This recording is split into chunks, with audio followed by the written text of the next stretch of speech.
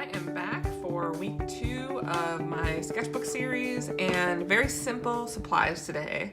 I talked about in my vlog making mistakes, and mistakes are little tiny problems that you create without meaning to, like an extra splatter of paint, or your brush rolls off and onto your work, or you splatter something out of a bottle way more than you expected. And that's what happened here. But what I learned from doing this and dealing with this mistake was a really fun technique of kind of allowing paint to flow with water and in the creative process, and then also creating interesting lines and marks out of it. So that's what we're gonna do. You need either or some acrylic ink, a high flow or fluid acrylic. Either one of these will work. I'm going to use the high flow for this, and a pencil and your sketchbook. And we're really just going to play with some of these concepts of exploring and experimentation. So I'm going to get, you can do this on a page you've already illustrated something on. You can do it on a blank page. We're gonna start blank, and I've picked 2 colors here, and we're just gonna play with different ways of applying to the paper and then playing with this pencil and pushing them around. So the first thing we're gonna do is get a little bit of water, and we're gonna do a few different experiments here. So apply some water to the page, and then we're going to drop some color into it. So I have a little circle here, and we're going to see what happens when I drop some of this ink, and watch that spread. And then also a little drop of this fluid acrylic.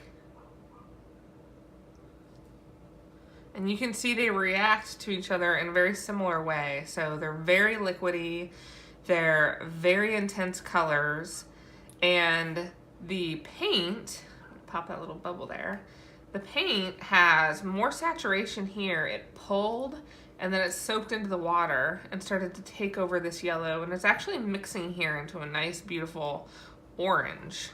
So that in of itself is really awesome and pretty. This next one, we're going to add a little bit of paint right onto a dry page and a little bit of ink right onto the dry page. And we're gonna see how different this is in comparison when you're working with it. And then we're gonna get to the pencil in just a second. This is plenty wet, so we'll have time. So using a wet brush, we're going to pull this color out and around and kind of build a mini composition over here on this side of my sketchbook. So I think that's pretty interesting. I'm gonna rinse out my brush. You don't have to. You can experiment how the colors mix on your brush. But I want to keep these kind of next to each other, but not quite touching, because I have a good mix over here. So this ink blends really nicely as well. And we're working with this negative space in between the shapes. So we talked about negative space last week. If you missed that, go back and watch that practice, so you know what I'm talking about. But we're working in between, and we're just allowing things to kind of play with each other on the page. So now we're gonna take this pencil, and this is a standard pencil. It is not water soluble. It is a Caran d'Ache pencil. And anywhere it's wet, we're going to pull this pencil through. And I'm gonna make kind of line pattern. And you can see how my ink and my paint start to come together a little bit.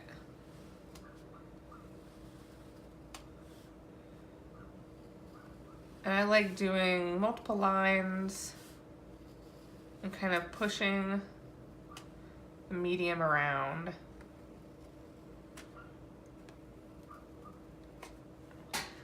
So that's interesting in of itself, and this is very wet. So we're gonna kind of keep with this circular feel and do circle lines around it. And really this is experimentation, play, fun, and pushing your mediums to work with you in new ways. Very simple exercise for today, really just enjoying wet mediums on a dry page and wet on wet technique here, and seeing how with just a pencil you can start to build interest, line, composition, mixing colors in different ways. And we even learned, you know, this mixed itself into this beautiful orange hue without any help from me. So allowing your colors to do some of the work for you and experimenting with that is also a lot of fun, and you can enjoy the process in your sketchbook. Feel free after your page dries to doodle around this, add ink, do anything you want, or leave it just as it is. I also suggest making a little note of how you made this page, just so you can remember if you want to apply this to other work that you're doing or any other processes you have as you're working through your sketchbook or any other pieces. Thanks for watching, and I will see you next week with another exercise. Bye!